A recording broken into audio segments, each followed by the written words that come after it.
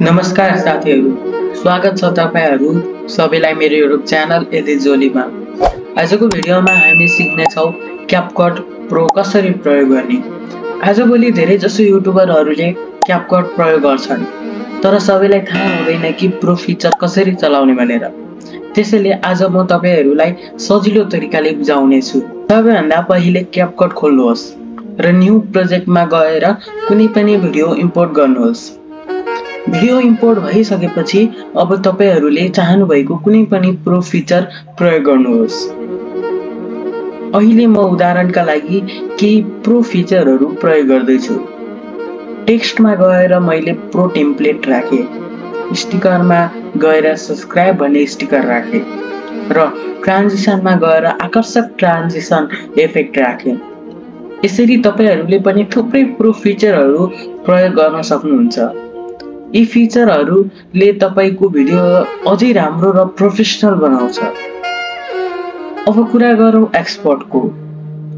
जब तपाईले क्यापकटको pro feature प्रयोग गर्नुहुन्छ, त्यो भिडियो सिधै एक्सपोर्ट गर्न मिल्दैन, किनभने त्यो पेड फिचर हो। तर चिन्ता नगर्नुहोस्, म अहिले तपाईहरुलाई एकदमै सजिलो उपाय बताउँछु। सबैभन्दा पहिले किबोर्डबाट Ctrl+A दबाएर भिडियो सिलेक्ट गर्नुहोस्। अब Alt G दबाउनुहोस्। त्यसपछि भिडियोमा राइट क्लिक गर्नुहोस् र त्यहाँ देखिने मेनुबाट प्री प्रोसेस भन्ने अप्सनमा क्लिक गर्नुहोस्। अब त्यसलाई 100% प्रोसेस हुन दिनुहोस्। प्रोसेस भइसकेपछि किबोर्डबाट विन्डो R दबाउनुहोस् र खुल्ने बक्समा एप डाटा टाइप गरेर इन्टर गर्नुहोस्। त्यसपछि लोकलमा क्लिक गर्नुहोस् र त्यसपछि क्यापकट भन्ने अप्सनमा क्लिक गर्नुहोस्। त्यसपछि युजर डाटा भन्ने अप्सनमा क्लिक गर्नुहोस् र त्यसपछि प्रोजेक्टमा जानुहोस्। त्यहाँ तपाईहरुले बनाएका प्रोजेक्ट देख्नुहुनेछ।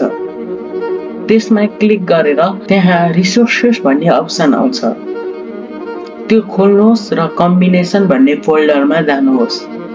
त्यहाँ तपाईले भिडियोको फाइल हुन्छ, त्यसलाई कपी गरेर आफ्नो मनपर्ने फोल्डरमा पेस्ट गर्नुहोस्।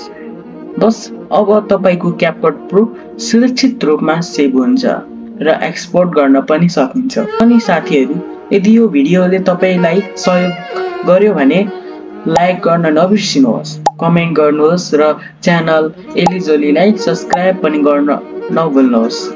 अर्को भिडियोमा फेरि भेटौँला, जहाँ म तपाईहरुलाई क्यापकटका अरु पनि प्रो ट्रिक्स र एडिटिङ टिप्स सिकाउने छु। धन्यवाद। जय नेपाल।